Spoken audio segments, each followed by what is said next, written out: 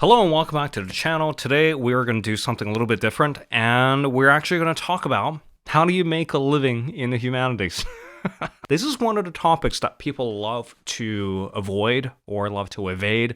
And from some of the emails that I've received in my inbox, a lot of people are wondering the same thing. You know, you're teaching a lot of the stuff about the humanities, and you're teaching people how to read again, people how to appreciate literature again, or people how to write again, which is there's a new workshop coming out on amalgaminsights.org, and this is going to be a really nice companion to this video because that workshop teaches you the basics of how to use knowledge in the humanities to build something, you know, to write something, to amplify a message. But nevertheless, I digress. There seems to be a major confusion about how a career in the humanities work. You know, do I have to go into academia, or do I have to become a museum curator, or do I have to go for one of these traditionally humanities sounding jobs like a librarian, like an editor, you know, yada, yada, yada. But in my experience, this is perhaps one of the most interesting and intricate ways to build a career. This is one of the ways that you're able to use multiple pursuits of disciplines and multiple skills to build something that resembles somewhat of a career.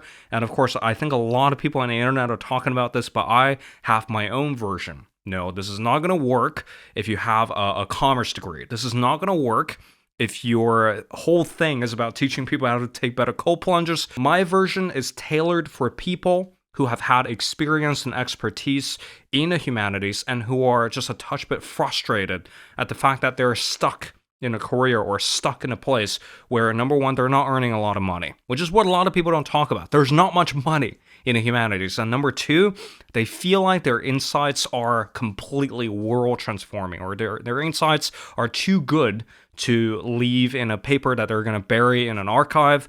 And number three, they want to figure out how to actually turn their knowledge that they know could change the world into something that's also economically viable. So today's advice is going to be split into three parts, and these three parts we're going to go with the same formula that we had for our very practical reading video. So this is the career edition of our reading advice videos. So point number one, your technical understanding in the humanities. For example, you have a history degree, or you have a literature degree, or you have a French degree where you top the class. You know, this stuff doesn't really matter as much as people think. Yes, you're developing skills like analyzing texts, critical thinking.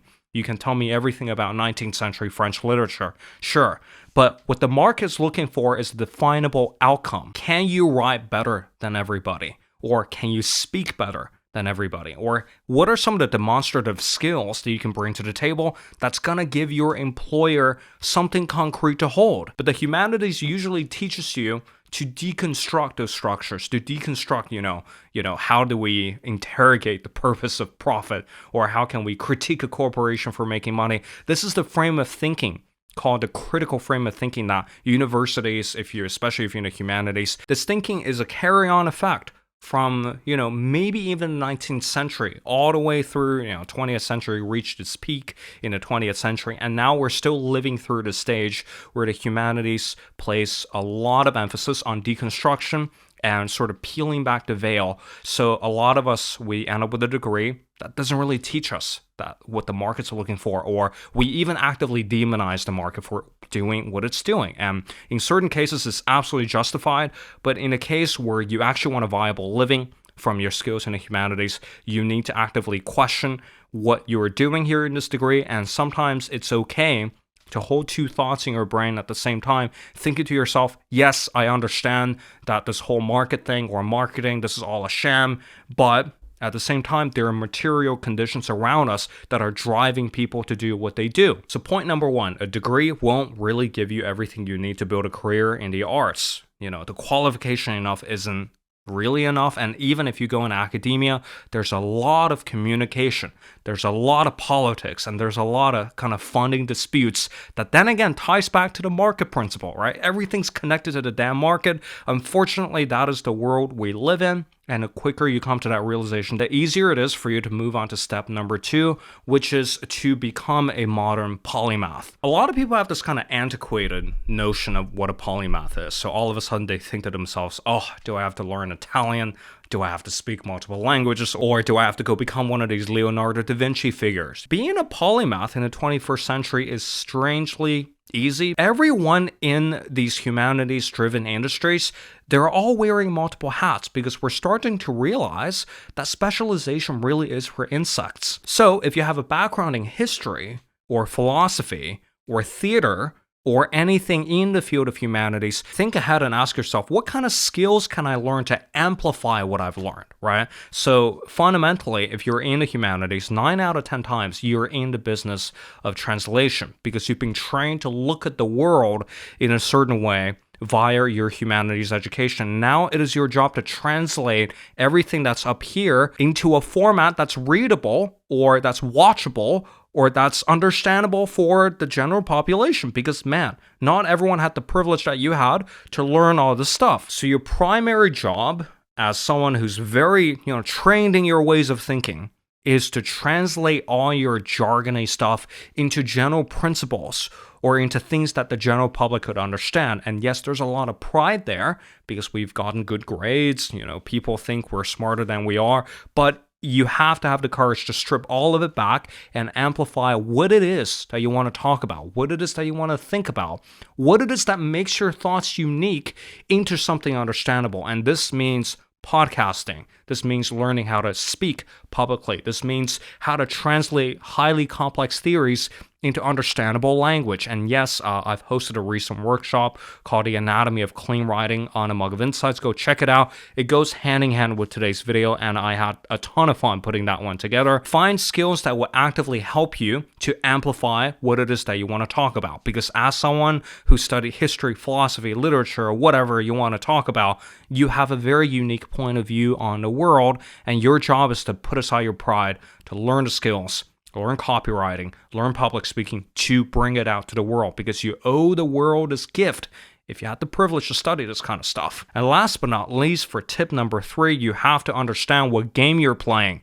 in a game of symbolic prestige. If you've done any sociology in college or in university or in high school, you probably have heard of this guy by the name of Pierre Bourdieu, and he wrote this really complicated book called The Field of Cultural Production, and in it, he basically said that in the art business, or in the humanities business, or in a marketplace where you're not exactly in there to make a lot of money, the principles of success are upside down, right? Instead of just like, I'm going to get a prestigious degree, gonna get into a really, really prestigious company, and I'm gonna make a lot of money in the academic world, for example, or in a world of museum curatorship, or in a world of, public education. The economic principles are upside down. You can get the finest degrees, yet when you become an academic fellow, people look at you like, oh my God, you're in a very prestigious university doing a PhD research, yet you're getting paid about, on a good month or in a good year, $20,000 to $30,000 in scholarship money. So the economic principle here is completely upside down. The more prestigious you are,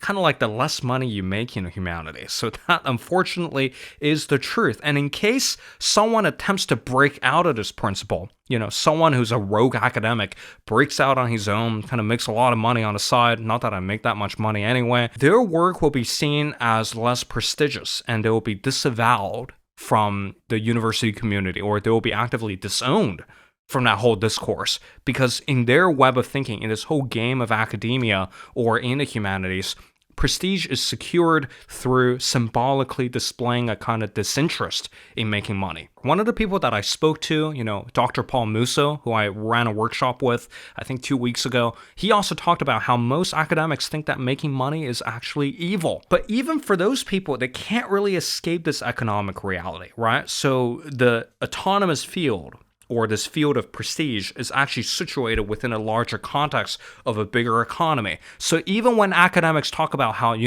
I serve the university, I'm here to pursue truth, what that truth stands for is still determined by the kind of funding this university gets from certain companies. How would you feel if your university is currently funded by an arms dealer company? And this is such a mindfuck that most senior academics or academics don't even bother to question it. Where's the funding coming from?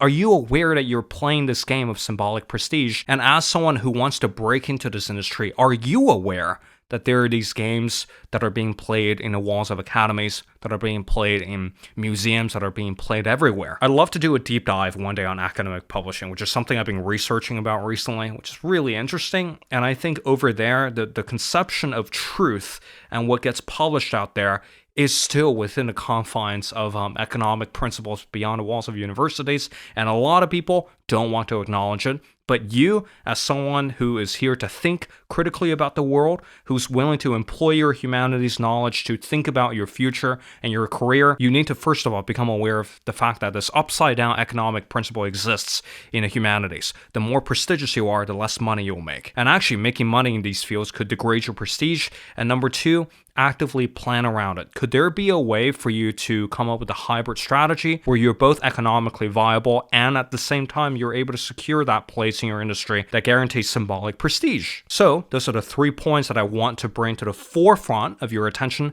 as someone who's about to step into the work sphere or step into industries with the knowledge that you're armed with. So if you have any more questions, make sure to leave them in the comment section down below. I would love to talk about this topic more because this is what I've lived and breathed for the past 10 years of my life. I've had experience in the formal academic space as well as entrepreneurship, which is exactly what I'm doing right now. And I would love to teach you everything I know. And if you want a next step to this video, make sure to check out for the Plain English workshop, which is going to teach you how to write in a way that's understandable for most people out there who are going to consume your work. And I'm really, really excited for you to see it. Anyway, that's all I have for this week. Robin Walden here, and I'll see you in the next one. Take care, and goodbye.